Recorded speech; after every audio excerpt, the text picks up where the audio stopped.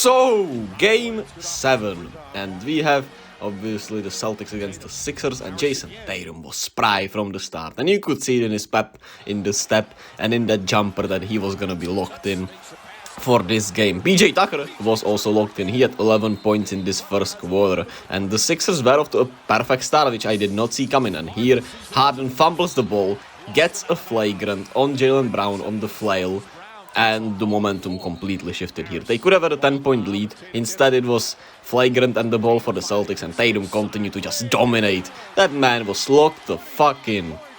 And it was just incredible to see how well he played.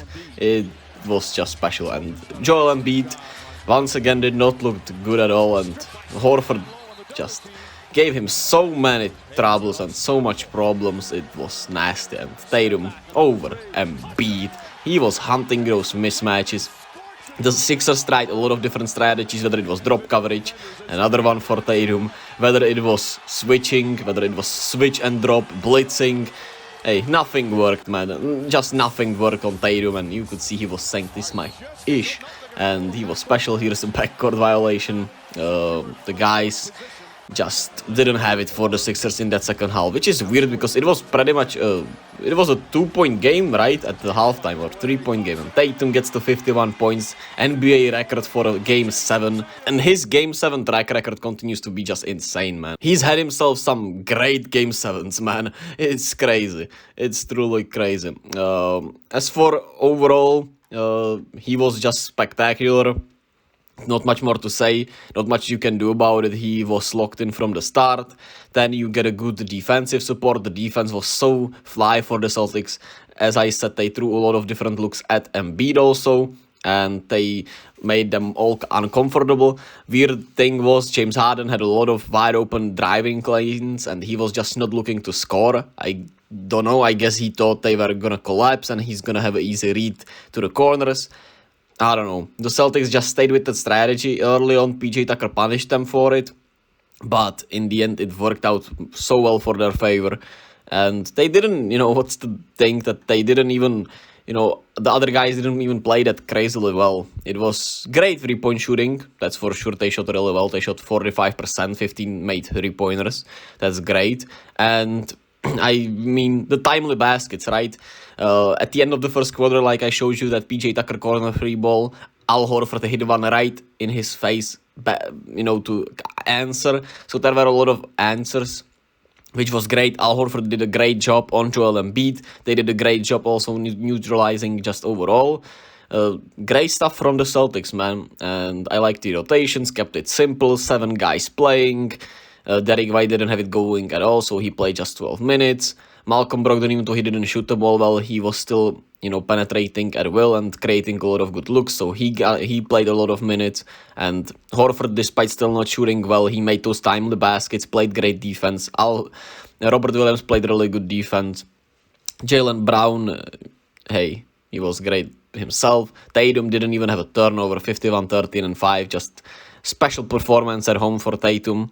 Legacy defining. That talk is funny always, but hey, man, we're gonna remember this game 7, that's for sure, man.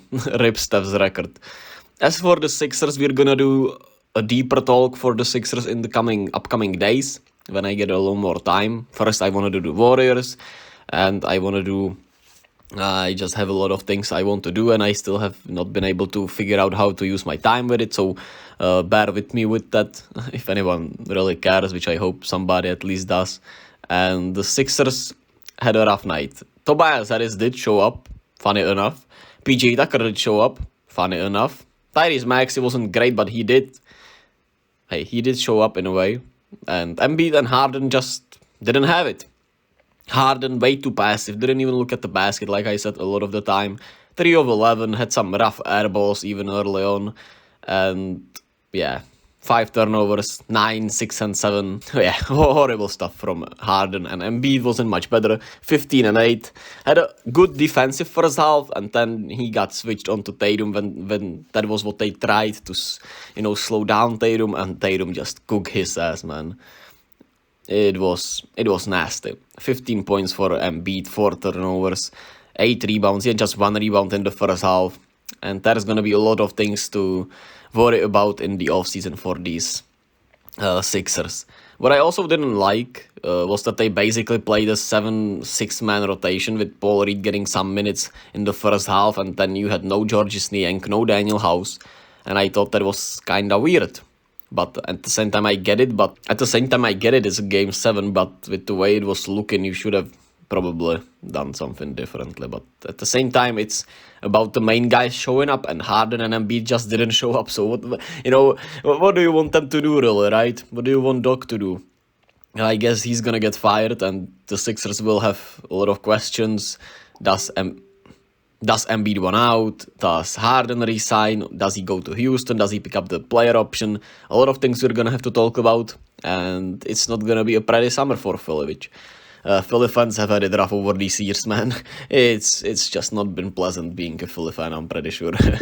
Condolences, my guys. Hey, it's gonna get better, don't you worry.